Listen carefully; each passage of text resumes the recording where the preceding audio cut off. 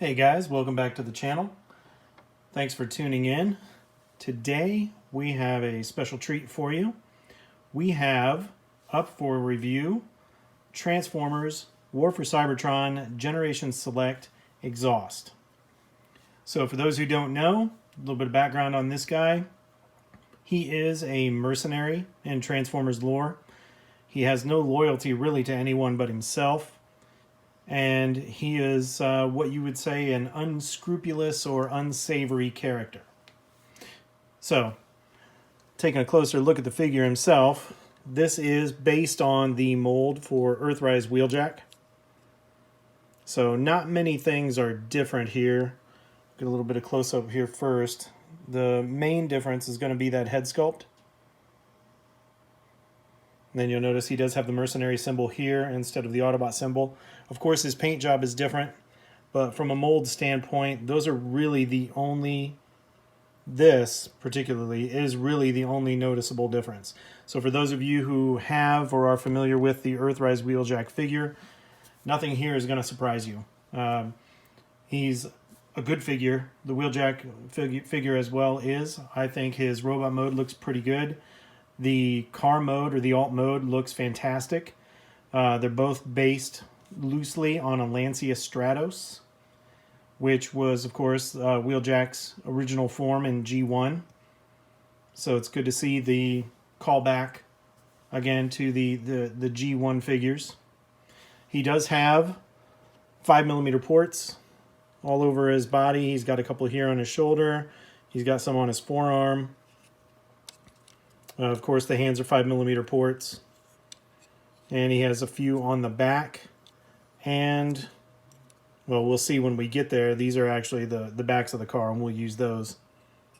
So he does have a few points where you can use the effects parts from Skylinks or from Commander Jetfire, which makes it a lot of fun. There's a lot of fun play there. One thing that I will be doing in these reviews now is I will be bringing in some of the effects components just so we can get a view of those. I didn't do it in some of the earlier reviews, but that's something that I want to start adopting now. It really adds to the game, the imagination and play of the figures, and adds more value, at least for me, in my opinion. So, let's get back to it. Keep our focus here, right? So, there is the head sculpt. And there's the chest. Go down a little bit. There's the waist. You have the leg and the foot. From the side, he's a pretty clean transformation. So no backpack to speak of. Has a pretty good overall shape. The back. Same thing there. He does look a little blocky in his robot mode. I would have liked to have seen, maybe if there was a better way to reduce this, maybe a couple of extra panels, kind of give him that V look instead of just that square look in the back. But overall, no real complaints about this mold. And then, of course, we have the other side.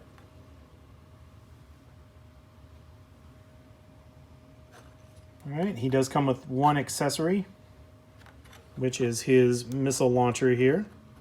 Take that out. I'll give you guys a closer look at that.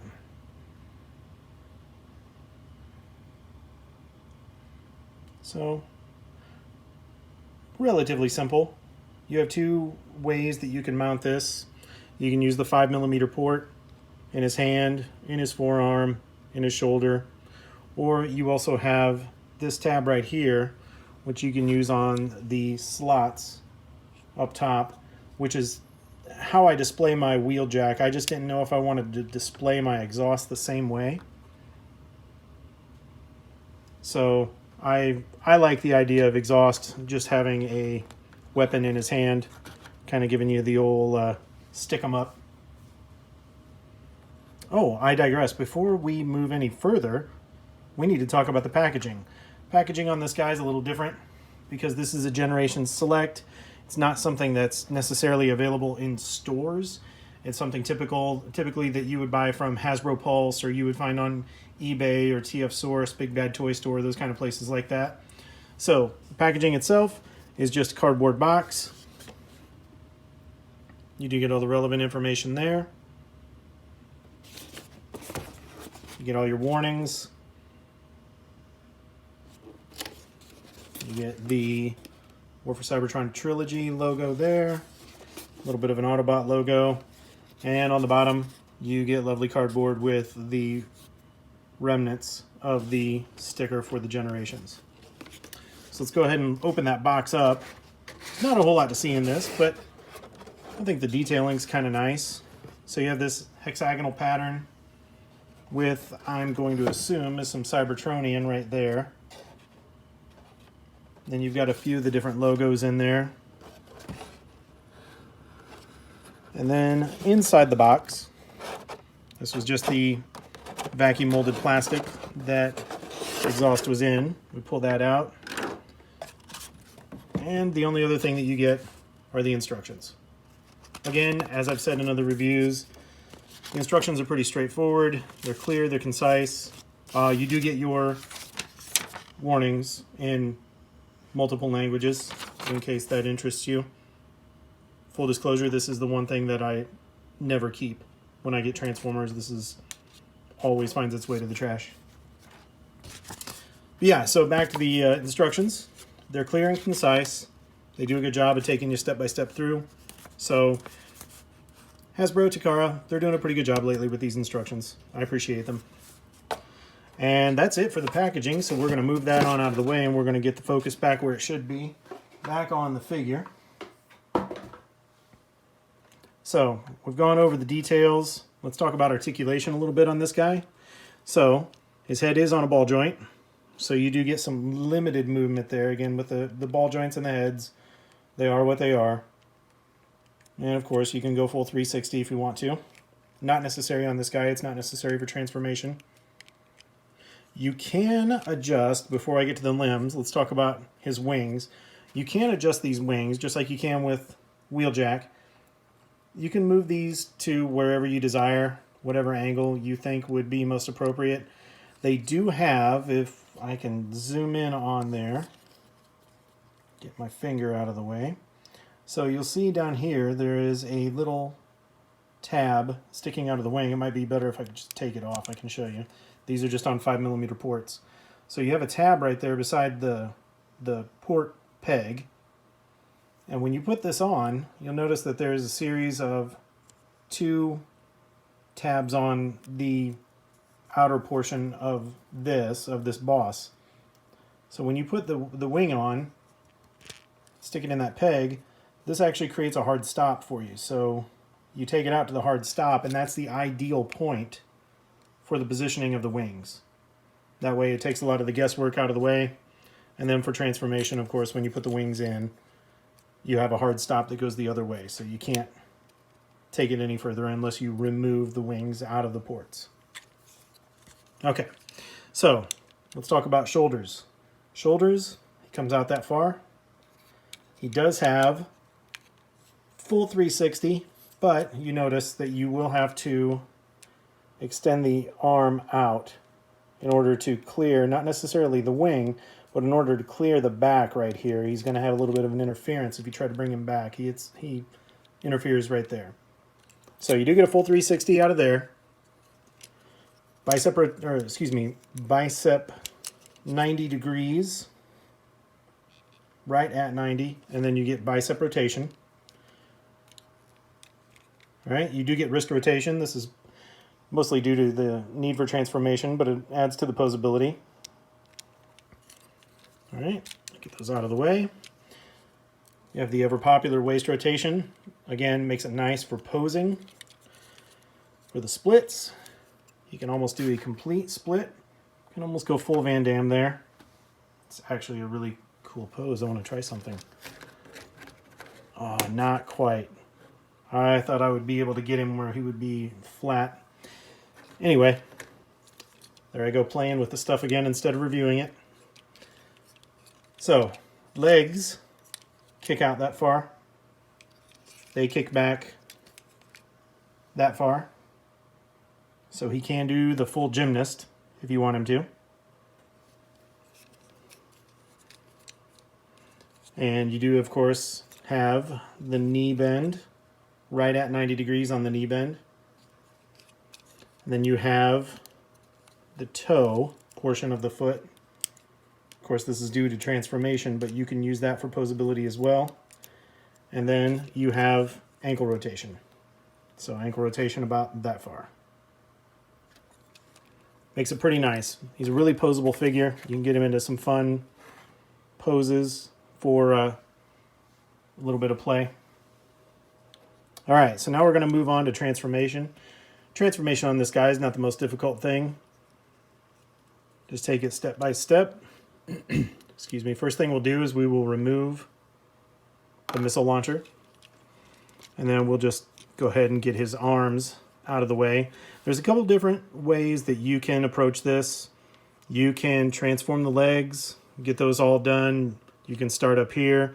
I kind of go piecemeal with it just to get everything loosened and get everything out of the way. So first thing I do is I just take that chest and I pull that chest out. And then you can just tuck his head right away. Just get the head so it's nice and tucked in there. And I just move that back up so it's clear. Then I come down here to the legs. Now the way these legs work is you're going to want to pull these straight out so they look like that. And you can see right there how they've just come straight out. And then you need to move these up. Okay? When you do that, move your toe out of the way. You don't have to tuck this in yet. You can tuck that in at the end. But you'll notice here, this little guy right here, this is part of the front windshield. So you're going to take that windshield and you're going to spin that forward. So when you close this leg up, it actually will be sitting on the outside here. It'll be sitting in this groove. So you should look like that. All right, we'll do that with the same thing with the other leg. I'll just go ahead and get that toe out of the way now. Pull this out, bring that up, move that windshield up, and then bring that. Now what you can do at this point is you can go ahead and you can tuck your toes.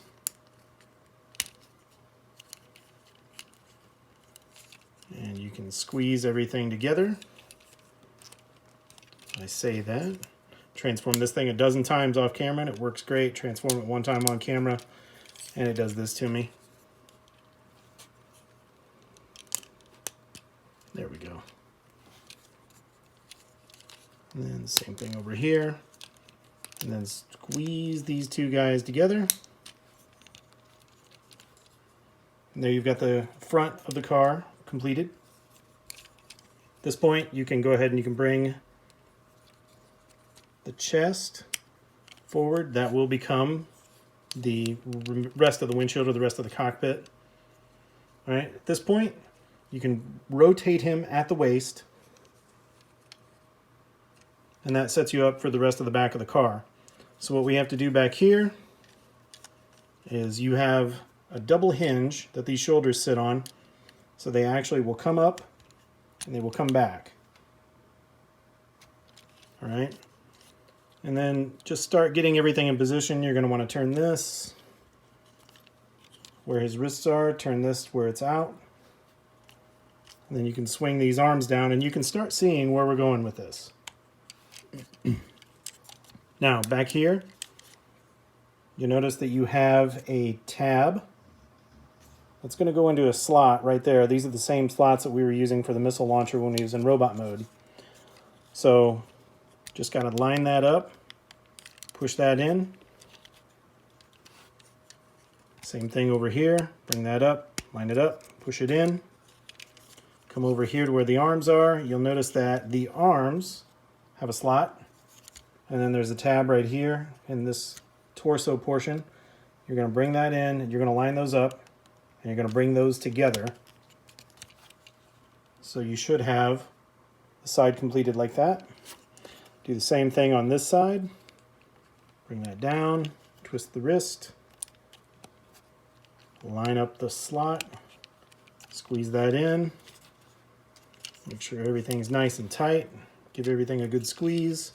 Then you can swing in your spoiler, aka wings, and line all that up. And there we have exhaust in his really good looking car mode. I do like that car mode. It looks really nice. It's sleek, comes together really well. The worst part about this car mode is the gap that you have just underneath the spoiler. So you see a little bit there. Maybe there was something they could do about it. Maybe there wasn't. I think it could have looked better than what it does. But overall, I really don't think it detracts from the look of the vehicle too much. Okay, so let's go ahead and get in and we'll look at some of the details on this thing. So you have on the front there, Bandit. Now, a quick note about the paint job, and feel free to correct me if I'm wrong, but I think when Exhaust first premiered in Transformers lore, this was actually painted up to be in the style of Marlboro cigarettes. And I think that the Marlboro cigarettes was emulated as far as this. I don't know if it was ever directly branded with Marlboro, but I think that that's what the paint job and the logos and everything, what they were going for, was to give it a look like that. Because also in Transformers lore, Exhaust was a cigarette smoker, which is kind of interesting. Just a little bit of a side note there, but I think that's the inspiration for the paint job. So you have some logos on the side. You have Exhaust there, 598, something written in Japanese, Royal, and it looked, I'm going to admit, I don't know what this is all about. This is a number 7 with some other symbols. So if anybody out there has an idea, let us know in the comments. Then you have Exhaust, Bandit there, and same thing on this side. You've got the 7, 598, Royal, Japanese, and Exhaust. This is the top of the car. This is the bottom. It does a real good job of hiding things. You can't really tell that this is a robot except for maybe the head right there. It would be worse if the head was turned around, but as it stands right now, you know, nothing really jumps out and says, hey, this is a robot. Back. I think that back looks really cool, especially when we get the effects parts in there. That's going to look great. All right. So we'll set him there. Again, he has the 5mm port on top, which is the typical Hasbro Takara weapon storage. Hey, we can't think of anywhere better to put it, so just put it on top of the car and roll him around, and now you can go shoot things while you're driving. All right, so for me, in car mode, I leave this off to the side. Now, what we can do, let's bring in some of the effects parts. These are always fun. So, of course, you can use these in any 5mm port, but my favorite in playing with this guy is I like to go ahead and rocket this guy up. I mean, he is a race car, right? So he's supposed to be going fast. So let's make this guy fast, right? Look at that. Now that is a fast car. That looks really good. I like the look of that. Can't say enough good things about this car mode. For the price point, the wheeljack / exhaust mold, they've done a great job. Car mode looks fantastic on these. All right, let's get him transformed again back to robot mode, and then we'll bring in some comparisons. So, again, a couple of different ways you can approach this. I, again, just start to loosen things up, reverse my instructions. So we're going to pop those arms out. Just get those out of the way. You can go ahead and you could break the spoiler. Just go ahead and turn them into the wings now. And then grab these, give them a little bit of effort. And then once you pop them out of that tab, then you can just move them over. So same thing here. Pop them out of the tab, move them over. And then let's just go ahead and get his head out of the way now. Pull the head up, give him the old waist rotation. Grab the cockpit, bring that up. And now on his head, you do have a little tab right there, or just on his neck, I suppose. You have a little tab. You're going to want to tuck that in right underneath here. That's what's going to hold his head in place. So line that up, push the chest in, and now you have his head so it can't come any further out than what it is. All right, come down here to the legs, separate those out, and then pull those legs out. Tuck in the windshield, bring them up on the double hinge, push them in. All right, same thing over here. Let me move that a little bit. Tuck those down, push them in, and you come down here, grab the toes, and then turn these arms around, so that way you've got his bicep bending in the right direction.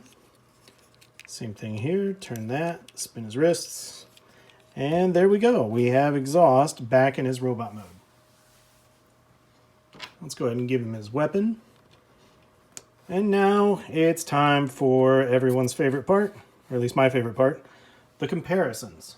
So let's start with the obvious. Let's bring in Earthrise Wheeljack.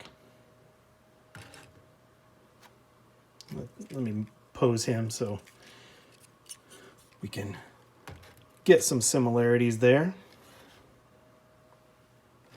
Bring those two guys together. So there you have the mold mates. Again, same mold, just different colors. I do like the color on Exhaust better. I'm sure I'm not alone in this. This just looks kind of like a dirty white, almost like an aged yellow, yellowing on the white itself. I will say that between Wheeljack and Exhaust, the Exhaust mold, the joints seem to be a little bit looser than the Wheeljack mold. Not detrimentally so, but enough that they're noticeable, particularly in this left arm right here. There's a lot more looseness in Exhaust than there is in Wheeljack.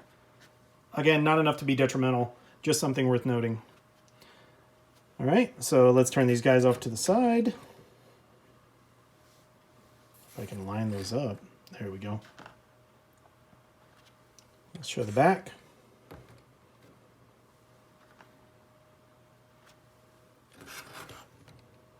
Side again. And front. Like I said at the beginning, for Wheeljack, just goes back to his original G1 days. I like to put his missile launcher up by his shoulder. With Exhaust, I use it more as just a pistol, a handheld weapon. I think that suits his personality a little bit more. All right, let me adjust his ankle tilt there. All right, so let's move Wheeljack out of the way. Next guy we'll bring in, just for fun, and again, size comparison, is going to be Earthrise Bumblebee. So you can see Bee's got a size disadvantage, but when doesn't he, I suppose? Except when he's a Camaro. Move him out of the way. Let's bring in Earthrise Optimus Prime. That looks pretty good. Get your arm down, show some respect. All right, then for the next, or the last comparisons, we're going to bring in some of his mercenary teammates here. For those who have seen the Netflix War for Cybertron trilogy, or at least the Earthrise portion on Netflix, you'll recognize one of these guys. Well, if you watched the Siege portion, you'll recognize both of these guys. So let's bring in first Sound Blaster. So Sound Blaster doesn't necessarily run with Exhaust's crew, if you will, but Sound Blaster is a mercenary on his own, not necessarily having an affiliation to Decepticons or Autobots, even though his symbol does show Decepticon on there. But he has been known historically to be a mercenary. Let's bring him over and put him right there. Center Exhaust up a little bit more here, and we'll put Sound Blaster there. And then we are going to bring in the big mercenary himself, good old Double Dealer. Don't trust this guy for anything. He's not trustworthy. So that's the end of the comparisons that we have for exhaust, which will also bring us to the end of this review. I'm just going to leave those two guys right there. I think that looks pretty good. I'm just going to back them up a little bit. Now, for this guy, what I would say, if you have the wheeljack mold, then there will be no surprises here.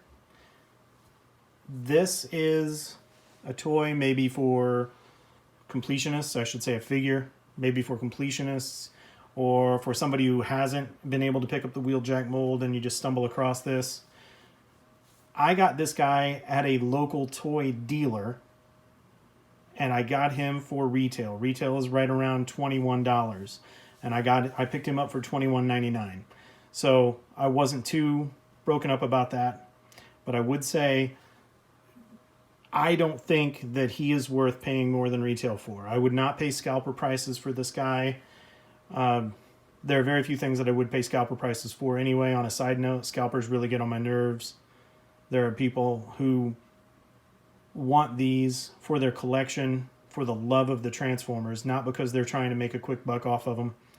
And scalpers, just in general, I'll save my opinions. That being said, if you find him and you like the wheeljack mold and he's not more than retail, yeah, pick him up. Don't pay more than retail for him. But he is overall an enjoyable figure. Of course, he hangs out with Double Dealer in the series. It's always good to have, you know, a couple buddies hanging out so you can do some recreation of the scenes. But yeah, this mold in general, whether it be wheeljack or whether it be exhaust, it's a fun mold. The transformation is easy. It's not frustrating. Car mode looks great. Adds playability. Of course, effects compatible. So, yeah, I would give this guy a good score on value. Again, I can't emphasize enough, don't pay more than retail. If you can find him, great. And with that, guys, I'm going to wrap it up. Thank you for tuning in. Again, if you like what we're doing here, give us a subscribe, give us a like, give us a thumbs up. Leave us some comments. Let us know what we can be doing to make these better for you. My goal, as I've said in almost every review, is to try to help you guys make informed purchasing decisions, whether a figure is going to be worth it or not. I have an inherent love for Transformers. I don't do this because I'm trying to get rich. I do this because I want to spread the gospel. I think the Transformers figures overall are great, whether they be mainline or third party. They're just so much fun. It's good for kids. It's fun for adults. I can't say enough good things about them. But let us know what we can be doing to make these better for you. All right? So guys, again, thanks for tuning in. I appreciate it. You guys take care. We'll see you next time.